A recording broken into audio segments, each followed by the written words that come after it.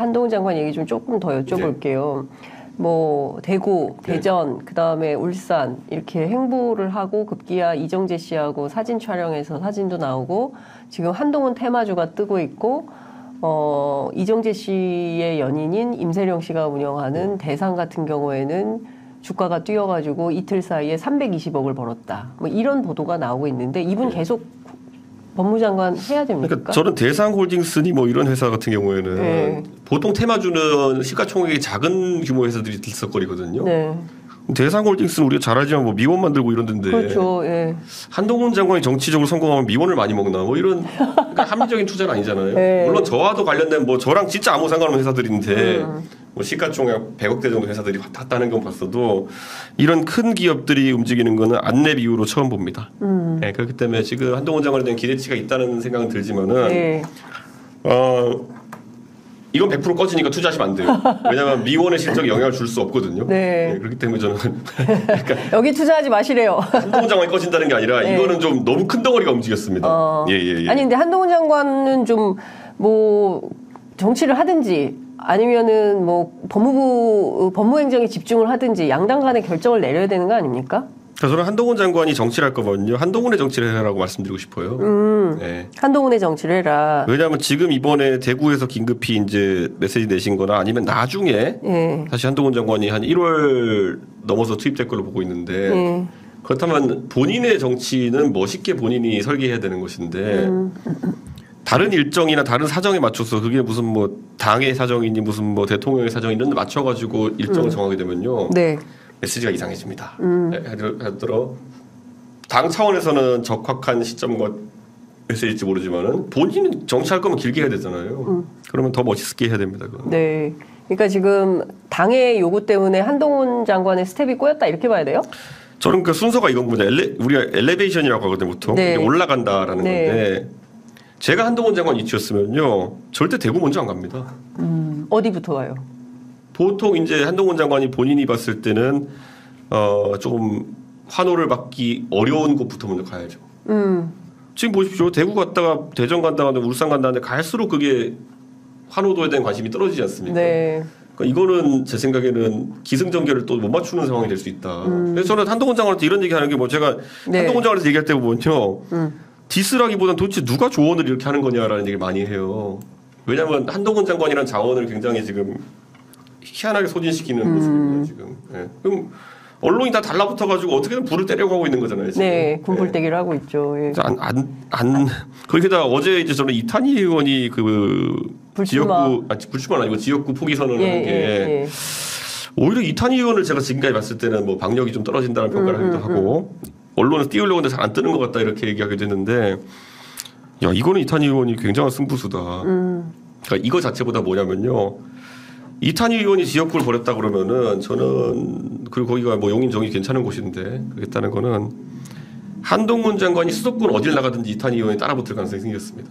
근데 민주당에서는 어제 취재해 보니까 그냥 용인병 안 나가는 거는 그거 포기하는 거는 뭐 그럴 수 있는데 뭐 험지 출마한다 이거는 당하고 좀 얘기를 좀 해주지 이렇게 점점점 이런. 저는 근데 그 험지라는 게 뭐 예를 들어 갑자기 이탄희 의원이 뭐 영남 출마하겠다 이러진 않을 거 아니에요. 그렇죠. 수도권 내에서 센 사람과 붙겠다 정도로 저는 이해합니다. 맞아요. 그래서는 이탄희 의원이 어제만 놓고 보면은 제일 승부사스러운 사람이었어요 민당에서. 그래서 저는 한동훈 장관 이제 머릿속에서 지워지지 않을 게 뭐냐면 내가 어딜 가든지 간에 이탄이 따라온다는 생각이 들 것 같습니다.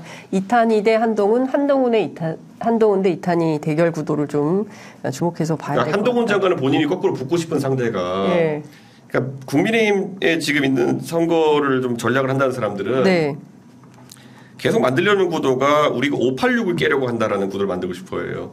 그러니까 저는 한동훈 장관이 만약에 조금 선거 분위기가 좋아지면은 뭔가 586스러운 사람의 대표격을 찾아서 붙으려고 할 것 같아요. 그러면서 이제 시대 전환을 의미하면서 한동훈 장관 70년대생 아닙니까? 그러다 보니까 그렇게 갈 것 같은데 그래서 이제 처음에 무슨 뭐 정청래 의원 같은 분이 붙는다는 게 있었고 뭐 여러 가지 시나리오 쓰다 보는데 본인보다 더 본인만큼이나 젊고 개혁적으로 보이는 인물이 와서 붙으면 제일 황당한 거죠. 근데 지금 뭐 국민의힘 주변 취재해 보면 한동훈 장관 초반에 무슨 용산 출마한다 네. 얘기가 있었는데 오늘 또 확인했더니 비례 주고 선거 지휘시킬 것 같다 뭐 이런 얘기도 있더라고요. 그건 더 폭탄이죠, 이제. 아 그렇게 되면 더 폭탄입니까? 아니 그거는 아니, 선거 지휘가 국민의힘에서 제가 네. 다시 한번 강조해드리지만은 네, 전직 당 대표가 예. 그 2010년 이후로 네. 그 전국 단위 선거를 이겨본 당 대표는 2번밖에 없습니다. 박근혜와 이준석, 둘이구나. 네. 야. 황교안, 홍준표, 뭐 그 사이에 뭐 김병준 비대위, 네.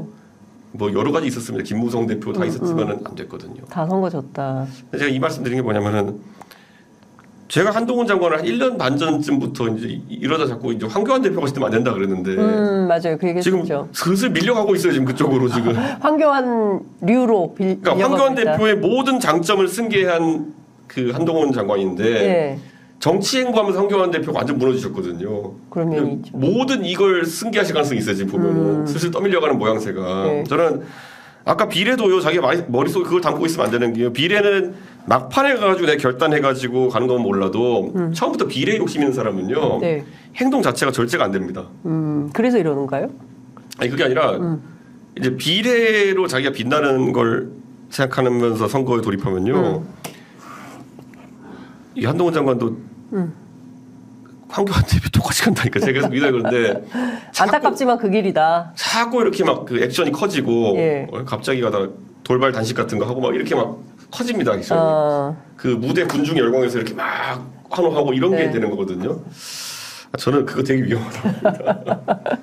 한동훈 장관한테 뭐 개별적으로 문자라도 한번 보내서 알려드려야 되겠다라는 생각이 좀 들기도 하네요. 아니 저는 그냥 전달할 거 있으면 김태현 변호사한테 얘기합니다. 아, 김태현 변호사 대변인이에요? 네? 전략가예요? 뭐예요? 김태현 변호사가 한동훈 친구니까. 친구? 그러니까요. 저희가 아는 한동훈 관계자는 네. 김태현 변호사밖에 없는 것 같아요.